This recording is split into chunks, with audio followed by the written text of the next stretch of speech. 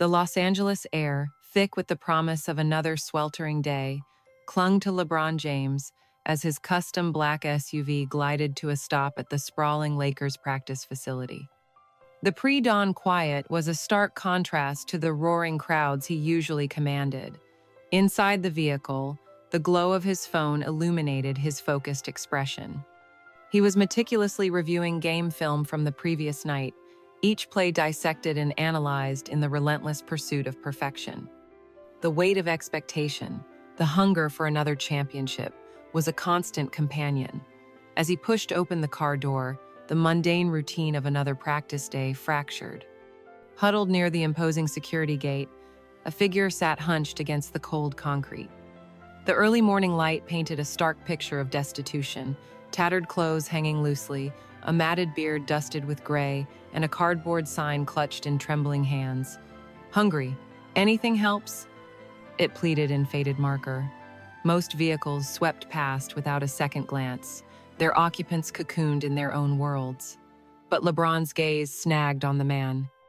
There was a profound weariness etched into his posture, a deep well of resignation in the downturned eyes that resonated with a forgotten corner of LeBron's own past. He had known hunger, the gnawing emptiness of uncertainty during his childhood in Akron. The gilded life he now inhabited hadn't erased those memories.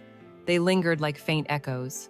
A flicker of recognition sparked within him, not of the man himself, but of the shared human experience of struggle. He cut the engine, the sudden silence amplifying the distant hum of city life. He moved with a deliberate slowness towards the figure, a sense of unease settling in his chest. The man flinched as LeBron approached, his eyes, clouded with exhaustion and perhaps a hint of suspicion, flickered upwards. "Good morning," LeBron said, his voice a low rumble that held a surprising gentleness. A mumbled response, barely audible, escaped the man's chapped lips. It was a sound worn thin by hardship. "I'm LeBron," he offered, extending a hand, the gesture a stark contrast to his imposing frame. Hesitation flickered across the man's face, a lifetime of indifference and perhaps unkindness making him wary. Then, slowly, tentatively, he reached out a calloused hand and shook LeBron's. "Earl," he rasped, the single word carrying the weight of untold stories. LeBron turned back to his SUV, his gaze sweeping the luxurious interior before landing on the insulated bag containing his meticulously prepared breakfast, a stark symbol of his privileged existence. He retrieved it, the weight of the healthy meal feeling suddenly heavy in his hand. "Here, Earl. This is for you." Earl's eyes, the color of faded denim, widened almost imperceptibly as he accepted the offering. The aroma of fresh fruit and whole grains seemed to momentarily pierce through the fog of his despair. "Thank you," he whispered, his voice thick with a raw emotion that resonated deep within LeBron. "God bless you, son." LeBron lowered himself to sit beside Earl on the cold, unforgiving concrete. The smooth fabric of his expensive tracksuit brushed against the rough texture of the pavement, a tangible representation of the chasm between their worlds. "What happened, Earl?" he asked, his gaze direct, unwavering. He wasn't looking for a quick answer, but a connection. Earl hesitated, his gaze drifting towards the passing cars, as if the anonymity of the city offered a shield. Then, the dam of his carefully guarded emotions seemed to crack. He began to speak, his voice halting at first, then gaining a fragile momentum. It was a familiar narrative of lost factory jobs, the relentless tide of mounting bills, a sudden illness that spiraled into insurmountable debt, and a bureaucratic system that seemed designed to grind down the vulnerable. His story was punctuated by long silences, filled only by the distant sounds of the city waking up.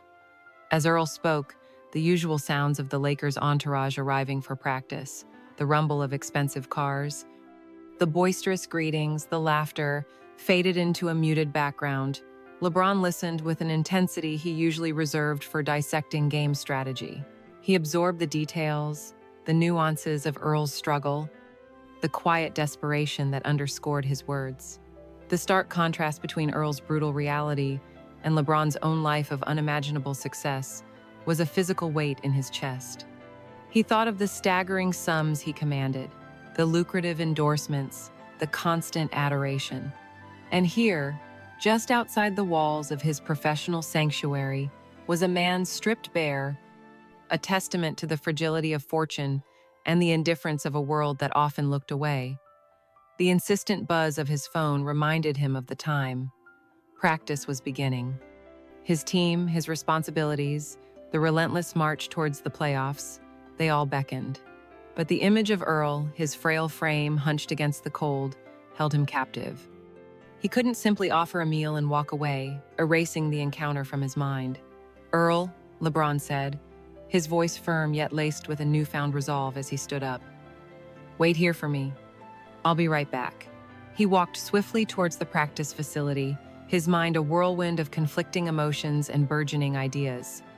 He found the team's general manager, a man known for his pragmatism, and briefly, urgently, explained the situation. To the GM's credit, there was no dismissal, only a thoughtful silence followed by a nod of understanding. When LeBron returned to the security gate, he wasn't empty-handed. He carried a large duffel bag, its contents rustling softly. Inside was a significant amount of cash, a thick, warm Lakers-branded jacket, and a promise that hung heavy in the air. "We're gonna get you some help, Earl," he said, his voice resonating with conviction. "A safe place to stay, some hot meals, and we'll see about getting you connected with some resources. Maybe even find you some work."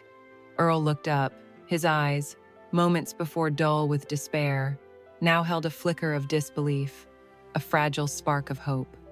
Tears, silent and heavy, welled in the corners of his eyes and tracked down his weathered cheeks. I don't know what to say, Mr. James." "You don't have to say anything," LeBron replied, a small, genuine smile finally breaking through his usual intensity. "Just know that you're not forgotten, Earl. Not anymore." He pulled out his phone, his fingers moving quickly, connecting Earl with a local outreach program he had quietly supported for years. He spoke with the director, his voice low and urgent, ensuring Earl would receive immediate attention. He made arrangements for a few nights in a clean, safe motel, enough cash to cover several warm meals, and a commitment to personally follow up on his case. As LeBron finally turned and walked towards the gleaming doors of the practice facility, the weight on his shoulders felt different. The relentless pursuit of another championship still burned within him, but it was now intertwined with a deeper, more profound understanding of his influence, his responsibility to the world beyond the basketball court. The encounter with Earl had been a stark reminder of the human cost of indifference, a powerful jolt that resonated far beyond a simple act of charity. He was still King James, the global icon, but in that moment he was simply a man using his power to offer a hand, a glimmer of hope, to another human being lost in the shadows. The rising sun seemed to cast a warmer light now, illuminating not just the path to victory on the court, but the possibility of making a real difference in the lives of those who needed it most. The day and his purpose felt larger than before.